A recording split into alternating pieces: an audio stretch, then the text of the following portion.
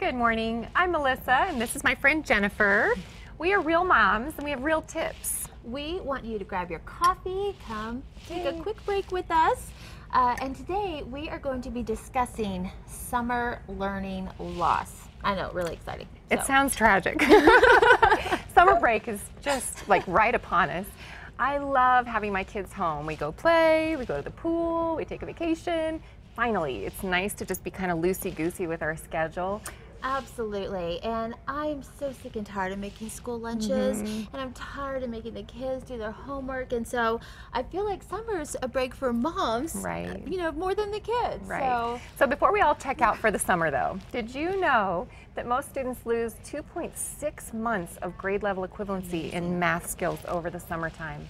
Absolutely, it's just scary. Amazing. It's scary. I was shocked when I heard that, and I thought, you know, maybe they would just use a few weeks, like not that big a deal. But then I read that teachers spend 4 to 6 weeks reteaching material that students forget during the summer.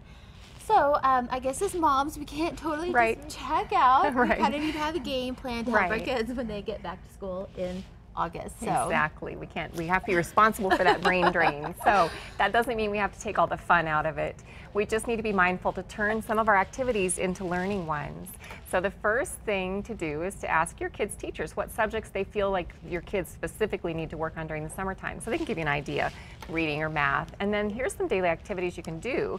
We highly suggest flashcards, and it's an inexpensive way to help kind of keep your kids sharp on their skills. You can make your own. They're easy to slip in a bag and travel with them. You can pull them out anytime and have just a 5-minute quick little, brush up. And I do the flashcards. I have my kids show me which ones they don't know. Like, we go through them, and I pull aside the ones they struggle with, and I put a $5 bill in a baggie. And when they can come to me and show me they've mastered those flashcards, they can have the $5 bill or the dollar bill or whatever their thing is. Great idea. Fabulous. So our second tip is read for 30 minutes a day. And I think this is the most important one. If you do anything, it's helping your kids read more. Absolutely. And it's best to do it in the morning while they're still fresh. Take them to the library and just let them pick out anything that they want to read. And also, you can sign them up for the 2014 Summer Reading Challenge. It's something that the state's putting out this summer, just trying to promote literacy. And so you can go to CASA.com and you can read all about how it works. Our next favorite thing is you can buy or print out worksheets. At the bookstore, like even Walmart or Costco, they have these summer curriculum that you can go through. We always get these, and I'll be honest, like, we barely get through one whole one, but at least it's there. We try, we'd pull it out, do a few sheets here and there. So the effort is there. And it is something that they can go to when they have a day where they need to work on something constructive. So it's really nice to have. And then also, I mean, with the internet, you can print out so much stuff. And I found these great tracer pages that my little son Alistair is going to use because he's going into kindergarten.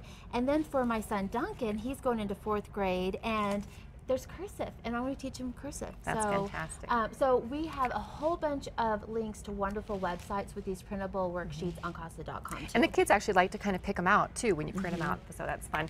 So speaking of websites, it's a great way for your kids to learn and play at the same time. A lot of learning websites turn it into a game. I know my kids have a math one that they really, really love. They don't even know that they're sharpening their math skills, and they're just having fun shooting the things and adding up the numbers. Yeah, they just want computer time. So also we have another suggestion that you try journaling. Have your kids write 1 paragraph a day in the summertime. What we do, we have 2 things. We do what we did yesterday, what we're going to do today, and what we're going to do tomorrow. And for each age of my kids, I kind of make it appropriate. Like, one person has to write a paragraph, one person has to write a sentence, whatever. And it can be fantasy too if they just want to make it up and make a story out of it. Or we start where one kid writes a sentence, pass the paper to the next kid, they write a sentence, and you come up with these 4 crazy stories. Fun. You just do what, like 10 minutes of that? And it's just a great way to keep them sharp with their writing skills too. Excellent. So, you know, these are just a few ideas that Mel and I use during the summer, but your imagination is the limit. And remember, everywhere you go can be a learning experience too. So the zoo, museums, the parks, like even when you go on your family vacation, let the kids get on MapQuest and plan the travel route and even help with the budget. Yeah, might help with spending at Disneyland. So they could be the ones saying, no, you can't have that. That's right. I'm going to do that. So just make it a priority, make it fun. Right. Well, for a recap on all this information and a link to all these websites that we've mentioned here today, go to CASA.com.